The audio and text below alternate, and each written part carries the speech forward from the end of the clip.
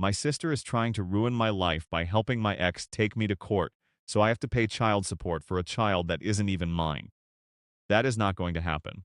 But then my sister realized maybe she's in over her head because she had to lie in court and she didn't know the consequences. Are you kidding me? I'm 34 and I've been divorced for 2 years now. I left my wife Kate after finding out she was cheating. It's one of the most heartbreaking things that's ever happened to me, and I still find myself wondering what I did to deserve it. Just like I'm wondering what I did to my own sister Janine to make her support my lying ex-wife and her bid to keep extorting me for child support. I'm a full believer in hearing the whole story before making any judgment or conclusion.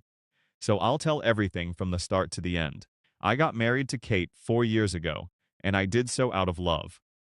It had been pretty hard to win her over, considering her history with wealthy men, but I thought I'd managed to woo her into marriage.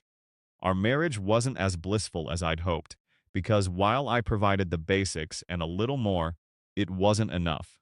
I dealt with the complaints and worked as hard as I could every time just to make her happy. It was all in vain, though, because a year into our marriage, I started to suspect she was cheating on me. I managed to confirm this by watching her, and when I confronted her, she didn't even deny it. The worst part was that she was cheating on me with a guy older than her. I would have succumbed to alcohol if I hadn't gotten the promotion I'd been hoping for. Working extra hours, the cheating stopped for a while because I was earning more money, and for that, I was grateful. I should be ashamed to say this, but I don't think I would have divorced my wife back then, even if she'd kept up with her infidelity. I was that hopeless fool in love who would pretend things were fine as long as he had his wife by his side. It took a serious talk from one of my colleagues and some therapy for me to get my act straight. Kate had managed to deceive me into believing she was pregnant with my child, since we were intimate a few times, after she stopped being unfaithful. Unfortunately for her, I was able to tell right away that the child wasn't mine. He was a beautiful boy, and I'd almost pretended not to know the truth. My saving grace was my colleague. Like I said, I had confided in him after finding out the truth through a paternity test, and he talked sense into me and got me into therapy. 5 months after the baby's birth, I asked for a divorce. Now that I think of it, Kate wasn't particularly upset when I told her I wanted to end the relationship. It seemed like a mere inconvenience to her, and she'd stared at me like I had ruined her plans or something. There was no anger, no sadness, no guilt, nothing. She moved out 2 weeks later to stay with her mom, and 2 months later, we were officially divorced. I was a mess back then, and I'm grateful for my therapist, who kept me afloat when all I wanted to do was sink and never surface. There was one thing I did that's probably the biggest mistake I've ever made. After my divorce, Kate had appealed for child support, and while I had evidence I could have used to my advantage, I decided to assist her with it instead. After all, I had the money, and like I said, she still had my heart back then. Things were fine and we were cordial, but that was it. No romance like in the beginning of our relationship. No understanding like there was during the relationship. Only formality. My sister Janine had come to live with me sometime after my divorce. She had stayed over a couple of times when I was still married. But, since she was still in love and in college, she would leave after a few weeks. I didn't really like having her over, because my marriage wasn't very stable. To my surprise, Janine was a drug user. She smoked drugs, something I was very uncomfortable with. I let it slide the first few times I caught her, but decided to put my foot down when it became too much to handle. She would invite people over to mess around, and I'd get home from work to see 3 partially dressed girls passed out in my home. I had to kick her out at some point because she didn't even pretend to take my warnings seriously. I'd been upset over my decision, but hoped it would set Janine straight. Oh, I was wrong. At some point, I stopped paying child support. I'd stupidly quit my job in hopes of getting something better but failed, and now I was stuck with a small car wash and a mini mart. I had hoped my ex-wife would understand, but that was far from the truth. I was sent a court order, and before I knew it, I was being questioned by the law for not supporting my ex-wife and her child. When I presented my sole evidence, the paternity test results, Kate had a fake one of her own. Of course, I didn't know forged results actually existed, and I wondered why somebody who seemed to want nothing to do with me was so hell-bent on getting me to pay child support. That wasn't all. By some miracle, Kate had managed to get John to testify in court, and testify she did. She mentioned our constant arguments when we were still married, how I was verbally and physically abusive, and how Kate had to constantly beg for child support before I finally stopped. None of what I had to say mattered at that point. It was two sobbing women against one angry man and a cheap lawyer. I'm now stuck paying child support, which is now more than what I initially paid. 2 months into this, I know I won't be able to cope unless I do something new. I can barely eat 2 square meals. I had to rent out my home to earn some extra money, and I'm slowly losing my mind. I don't even have enough money to see a therapist, and I'd rather not vomit my problems onto my friend, no matter how understanding he is. After all, we aren't even colleagues anymore. The lawyer who handled my case gave me some advice that I'll now take. He told me the turning point was Jan's testimony in court, and when I told him it was all lies, he told me to find out the truth. How I was going to do this, I wasn't sure, but what I did know was that there was some sort of bribe involved. Jan didn't particularly like Kate when we all lived together, and called her selfish. I had thought Janine was being blackmailed into doing it, but knowing my sister as well as I do, I don't think that's what's happening at all. Only one person can answer my questions, and that's Kate. Kate seems like she can ruin her own life, but she can't ruin mine like she tried to do 3 years ago. Either way, she will set things right, whether or not she wants to answer. I don't know. Update 3 weeks later. Before confirming my theory about Jan, I tried calling Kate so many times I can't even count. She ignored all my calls, voicemails, and messages.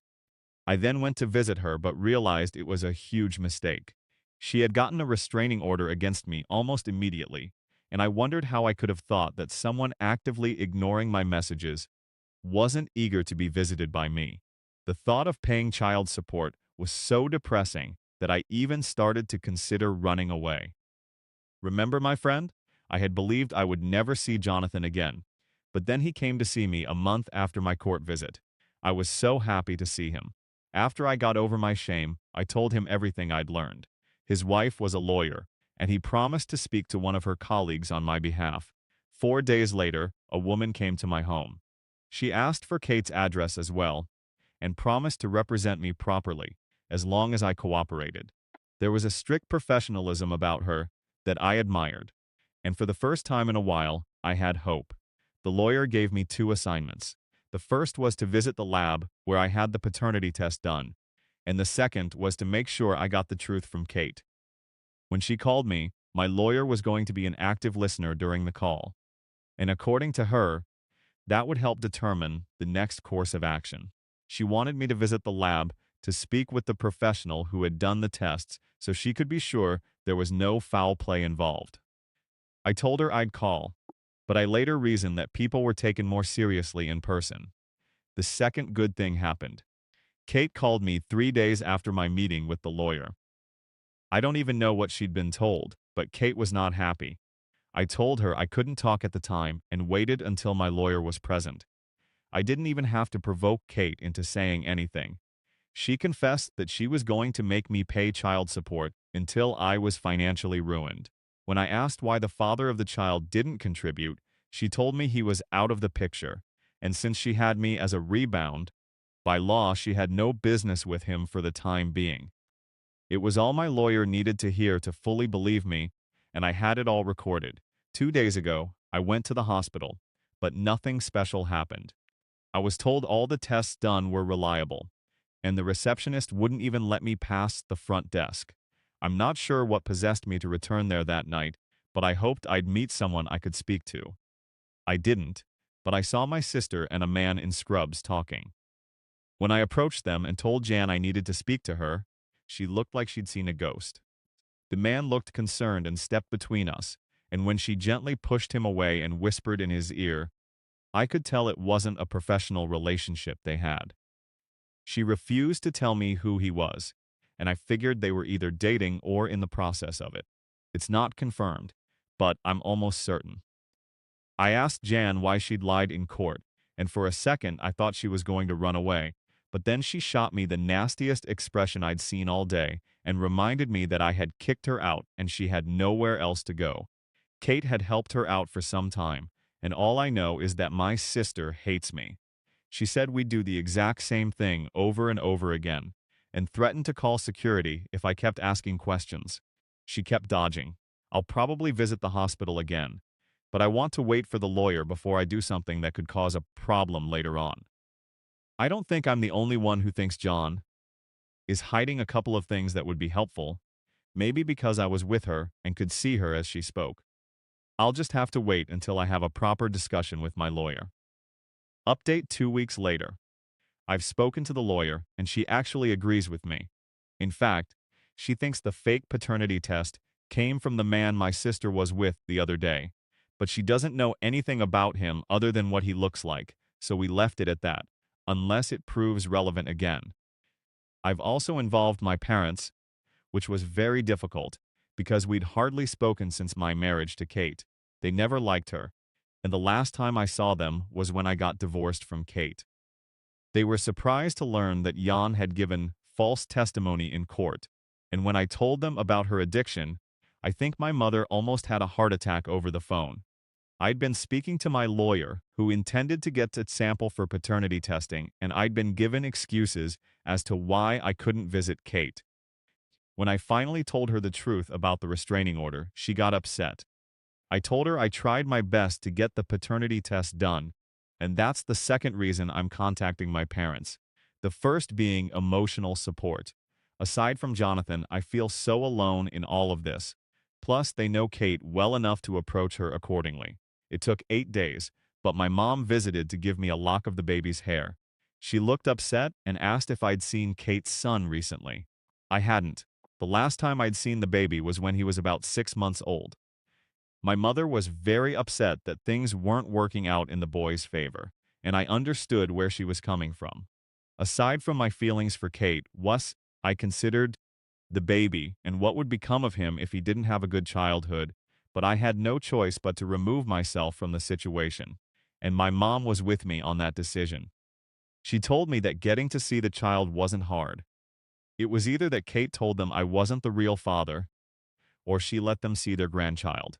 She must have been so confused, because even she knew I wasn't constantly in touch with my parents and wouldn't have been sure if they knew the truth. My mom told Kate might be suspicious of my actions, especially since I hadn't paid child support in 2 months. On my lawyer's advice, she'd gone to visit Kate again, just to see the child, but Kate had refused and threatened to call the police.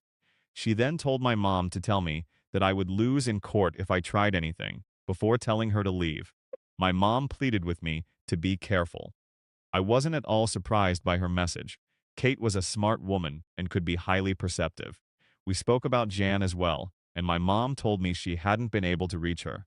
I told her I'd seen her with a man at the hospital. She told me I was likely being hard on my sister after what she did to me in court, and that she wouldn't have been responsible for the fake paternity test. Well, that doesn't matter now. I have the real results, and I'm waiting on my lawyer for the next move. Update 1 month later. Kate was right about me losing if I took her to court.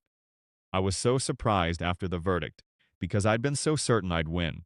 My lawyer too had been shocked, but to be fair, Kate's lawyer was excellent at his job. This is the first time in the past 3 weeks that I've taken a break, and I have to say, I'm tired. My landlord had called me and told me somebody was interested in buying out the building where my car wash and mini-mart were. It upset me because, while it didn't make me much money, it was currently sustaining me.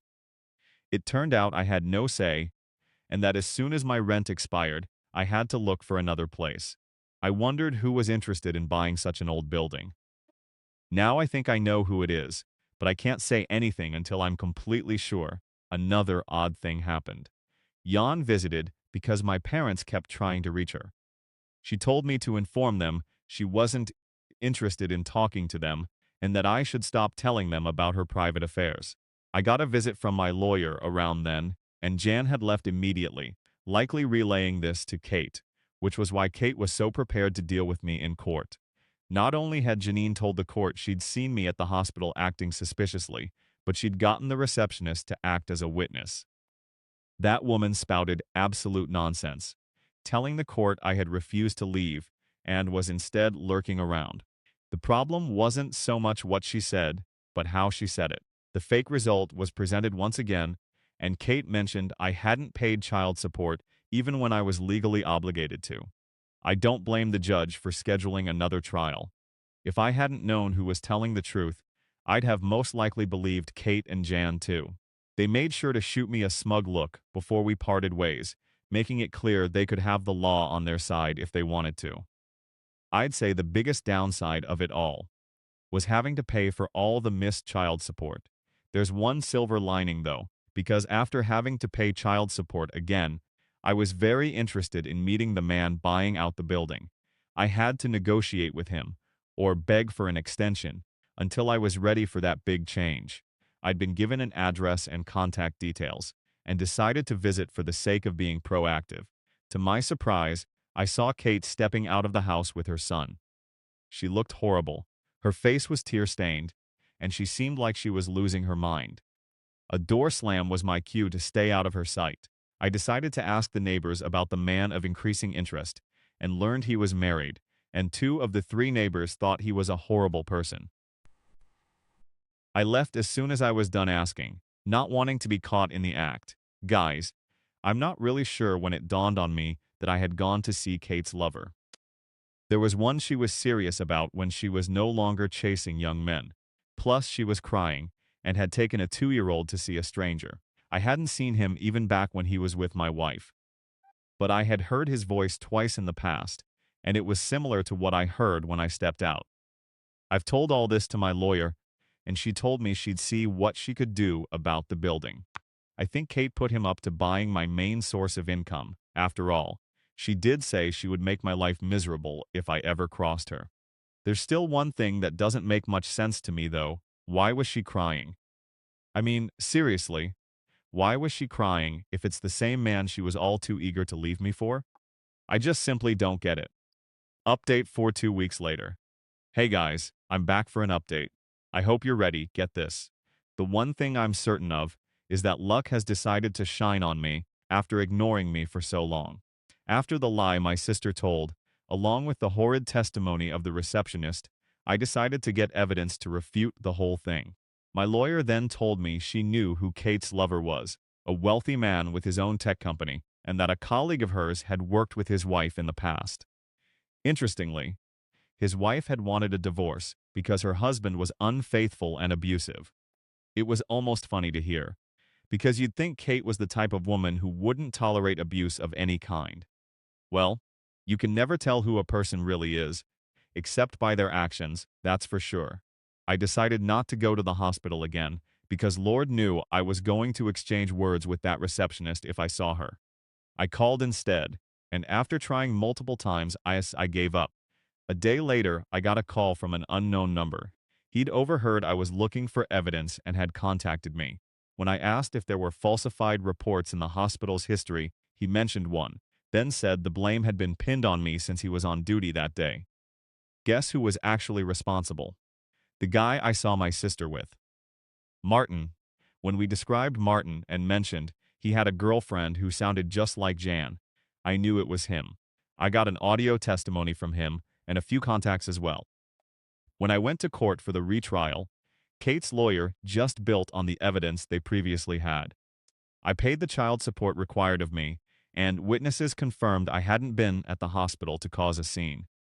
I then gave the judge proof that one of the workers was involved in malpractice, and showed him video evidence of all 3 of them, Kate, Jan, and Martin. Kate told the court she was only asking him for the paternity test, but when Martin himself was brought in by my lawyer and read the punishment he'd face, if he lied in court, he confessed. Kate then began to beg the court, saying the real father of the baby wanted nothing to do with the child, and I knew then that I had won. Both my ex-wife and sister were sentenced to prison. Kate's sentence was longer because she didn't have the means to return the money I'd paid for child support. Martin had his license taken from him, along with a small fine for a misdemeanor. My lawyer told me Kate's lover wouldn't be punished so much. He had a fine for skipping child support for so long, but I could tell it would barely dent his pocket. The child will also be taken to him, since he's the father. I can't help but worry about that, though, after learning he was abusive and now knowing he wanted nothing to do with the child. I can only hope he doesn't do anything drastic. Update 5-6 months later. Hey guys, Kate wrote to me from prison. In a way, I feel sorry for her, and it's been months since I last saw her. I don't know if she's changed in any way, and I don't know if she's a good mom or not. Despite all her faults, she's begged me to keep checking up on the boy after learning that his own father had ignored him, and called the authorities to take him into foster care. Once again, I didn't even know that could be done, but he probably had people in the system who could help him. Jan is no longer in jail. I haven't seen her either, but my mom says she's okay. Both my parents bailed her out, but Kate had no one to do that for her. The more I talk about this, the more I want to pay her a visit, even if it's just once. My mom even spoke about adopting the boy, and while that would be a nice thing to do, I don't want anything to tie me to Kate again. She's someone I want to move on from as soon as possible. I even started dating someone to open myself up to love again and speed up the process. The boy is fine. His name is Nick, and like my mother said, he's beautiful. On the first visit, my mom spotted a few marks on his left arm, and his foster parents mentioned they'd been there when Nick was brought to them. It made me want to go over to that man's house and give him a punch or two. Thankfully, his foster parents are nothing like that and are interested in adopting him. The process won't be easy since Kate is still in the picture, but if they're serious about it, they could easily win. I've also gotten a job. And no, my business doesn't exist anymore. It was another big mistake of mine, but it's something I'm willing to look into again when I'm older. Anyway, that's really it, guys. See you.